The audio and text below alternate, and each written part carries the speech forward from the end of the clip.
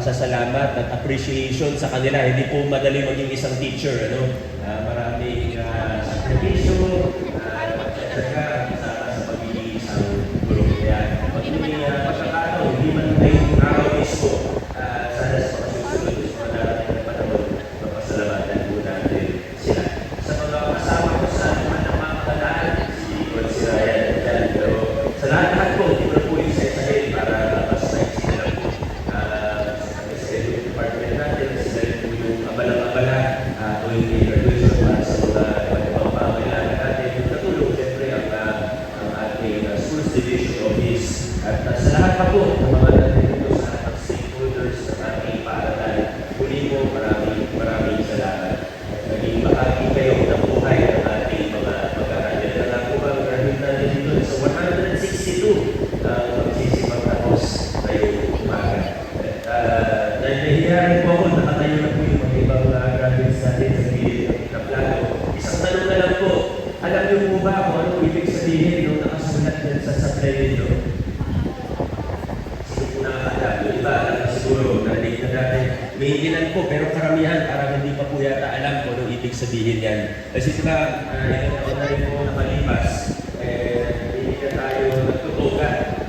Yung toga kasi, okay na naman ang toga, pero ito po kasi mas nagiging simbolo siya ng ating kultura, ng ating kasaysayan, at naiuwi pa natin siya. Pwede natin siyang gawin souvenir at higit doon ay paalala. Sana sa ibig niyang sabihin. Una, simbolo ng graduation ninyo, pero yung mga nakasulat dyan na may sagisan ng inyong paaralan ng Red Sea sa bandang gitna, sa baybayin, pag sinalin natin sa wikang Pilipino, ang ibig sabihin niyan ay pag-asa. Sa wikang Ingles, hope.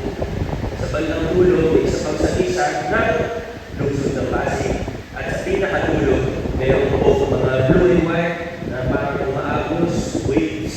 Kaya ang pagkakabasa po niyan, natin yan, pag pinuho natin ay ako ay graduate ng Red Sea at dahil sa akin, umaagos ang pag-asa sa lungsod ng Pasig. Pero ang ibig sabihin na, sabi natin makakalimutan niya. Dahil, alam niyo, napakaganda ng tema natin, nasa yung theme natin para sa ating condensed net exercises ngayong 2026.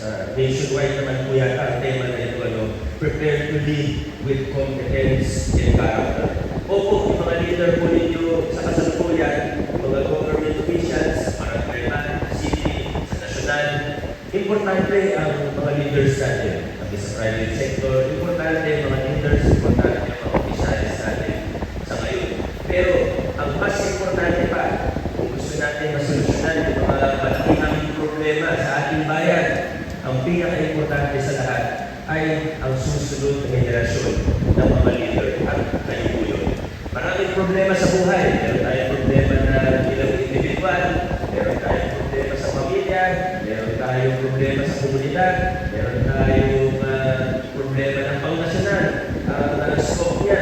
Pero kung ang ating mga magsisipagtapos, kung ating susunod na henerasyon ng mga Pasigueño, susunod na henerasyon ng mga leader ng Pilipino ay mamumuhay na may katapatan, character, mamumuhay na may kahusayan, competence, sigurado po maliwanag ang pinabukasan ng ating mga komunidad, ng mga pamilya, ng ating bayan. Kayo po ang pag-asa ng ating lungsod, kayo po ang pag-asa ng ating bayan. Ano man ang mangyari sa buhay, huwag na huwag po ninyo kakalimutan yan. Muli po, sa PAS 2026, congratulations